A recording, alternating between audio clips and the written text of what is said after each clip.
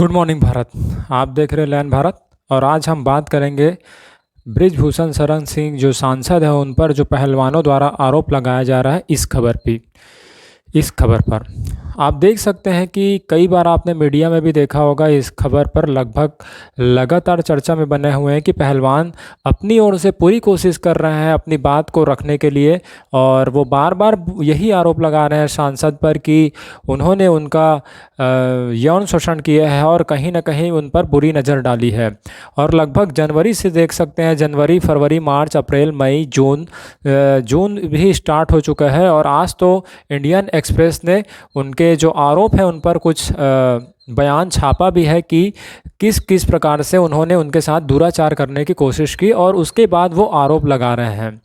और उसके बाद भी यहाँ पर देख सकते हैं कि उन पर अभी तक कार्रवाई नहीं हो रही है, ना के बराबर ही है, केवल एफआईआर लिखा गया है। यहाँ पर एक हमें ऐसा लगता है कि बड़ी चूक हो रही है सरकार की ओर से, क्योंकि यहाँ पर जो खिलाड़ी हैं वो सरकार की अमानत होती हैं। आप जानते होंगे बाहर के देशों में भी खिलाड़ियों को काफ़ी सम्मान दिया जाता है, सुरक्षा दी जाती है। तो यहाँ के भी जो खिलाड़ी है वो ऐसे नॉर्मल खिलाड़ी नहीं है, वो पूरे देश के खिलाड़ी है। तो देश के खिलाड़ी यहाँ पर जब आम नागरिक भी संविधान में लिखा गया है कि सरकार की संपत्ति होती है, तो फिर तो वो राष्ट्रीय खिलाड़ी है और उन्होंने मेडल ला करके इंडिया का नाम पूरे वर्ल्ड में फैलाया है। तो वो सरकार की जो संपत्ति है, सरकार के धरोहर है ही है।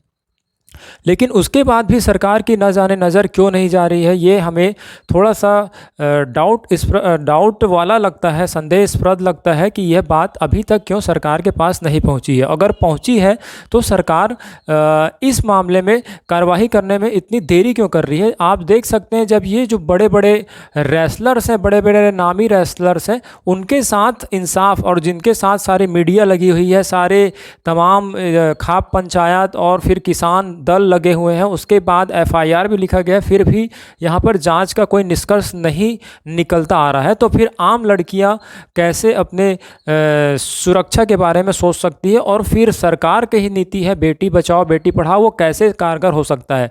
इसमें हमारा उद्देश्य और हमारा जो मन यह कहता है कि कम से कम मोदी जी इस पर आकर के कुछ तो बोलते, या फिर इन सातों बेटियों से मिल लेते एक बार। जबकि वो केरला स्टोरी पे याद है कि बोले थे आतंकी साजिश में बनी पिक्चर केरला स्टोरी बनी हुई है, उसे आप ज़रूर देख सकते हैं। इस तरह से उन्होंने कुछ स्टेटमेंट दिया था कर्नाटका चुनाव के दौरान, जबकि वो केरला स्टोरी 3 थी या 32 थी इस कंट्रोवर्सी में। वहाँ पर फैक्ट में ये सामने आया कि 3 लड़कियाँ तो थी ही थी। तो जब 3 लड़कियों के साथ अगर कुछ ऐसा होता है तो आप बोल सकते हैं यहाँ पर 7-7 लड़कियाँ आरोप लगा रही हैं। तो आपको कम से कम अभी जब तक फैसला नहीं होता तब तक उनको आश्वासन देने के लिए ही मिल सकते थे, ज़्यादा दूर नहीं है। और मोदी जी के लिए या फिर सरकार के किसी भी प्रतिनिधि के लिए उन तक मिल पाना और उनको आश्वासन देना और फिर टाइम लिमिट देना, और उनके जो क्या क्या स्टेप बाय स्टेप क्या कार्रवाई हो रही है उसे जनता के सामने रखना, उनके सामने रखना, ताकि उन बेटियों को भी ऐसा ना लगे कि पक्षपात हुआ जा रहा है।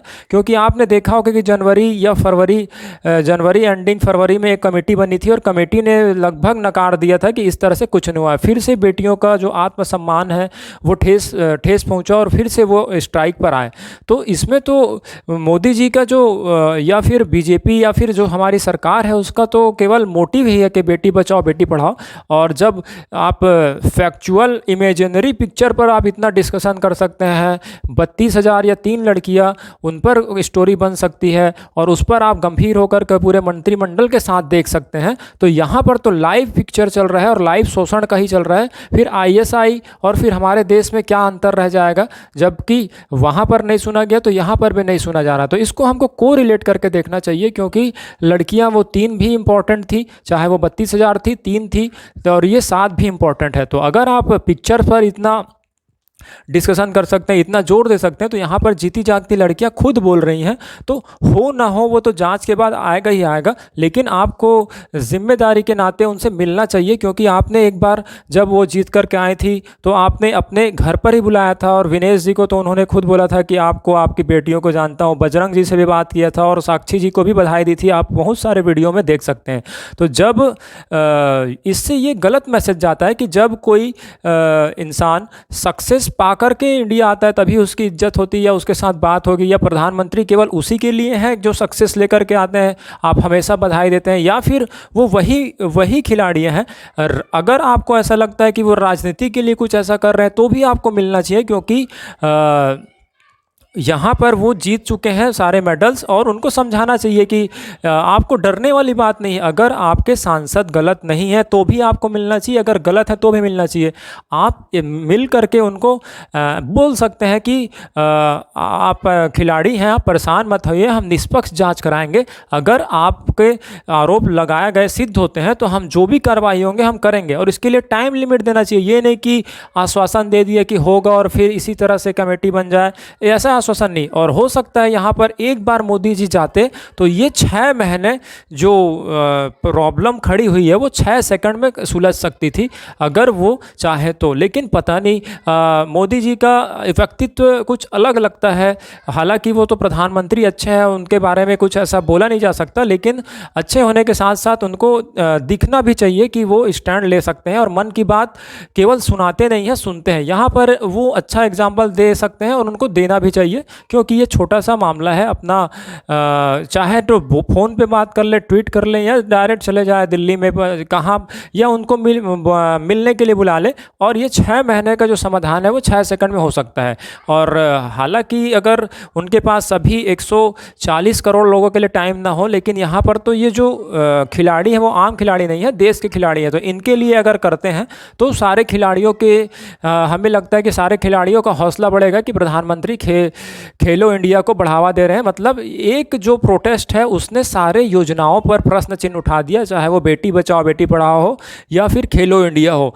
इस तरह से अगर अभी कुछ इस पर कार्रवाई नहीं की जाती है तो फिर आने वाले टाइम में लड़कियां तो खेल से पीछे हट जाएंगे, क्योंकि वो सोचेंगे कि जब इतने बड़े बड़े पदक विजेता और हरियाणा जैसे राज्य के, जो कि किसानों का राज्य बोला जाता है, धनवान राज्य बोला जाता है, वहाँ की बेटियां आरोप लगा रही, तब कोई कार्रवाई नहीं होता, तो फिर छोटे छोटे जो गाँव से अभी जो चाह रख रही होंगी वो तो डर ही जाएंगी। तो यहाँ पर खेलो इंडिया को बचाने के लिए और फिर बेटी बचाओ बेटी पढ़ाओ को बचाने के लिए प्रधानमंत्री जी को डायरेक्ट आकर के या फिर फ़ोन से बात कर लेनी चाहिए और उनको आश्वासन देना चाहिए। और आश्वासन देने के साथ साथ जो भी कार्रवाई हो, चाहे वो पुलिस जांच कर रहे हो, उसका लाइव स्ट्रीमिंग पूरे देश को दिखाया जाना चाहिए कि इस दिन ये हो रहा है, और उसको पूरा आम जनता के सामने प्रस्तुत किया जाना चाहिए, ताकि किसी के मन में भी पक्ष और विपक्ष का भाव ना आए और निष्पक्ष जाँच हो सके। चाहे वो खिलाड़ी से पूछताछ हो, वो भी पूरे देश को दिखाया जाना चाहिए, और जो सांसद जी से अगर कोई पूछताछ होता है तो उसको भी देश के सामने दिखाया जाना चाहिए। और ये मॉनिटरिंग होगा, फिर देश अपने आप कुछ ना कुछ निर्णय निकाल सकता है। और मुझे ऐसा लगता है कि ये मामला बहुत ही ज़्यादा बढ़ गया है और यहाँ पर बहुत बड़ा प्रश्न चिन्ह उठ रहा है। और इसमें मोदी जी और सरकार की तरफ से जो खामोशी हो रही है वो बहुत कुछ बोल रही है।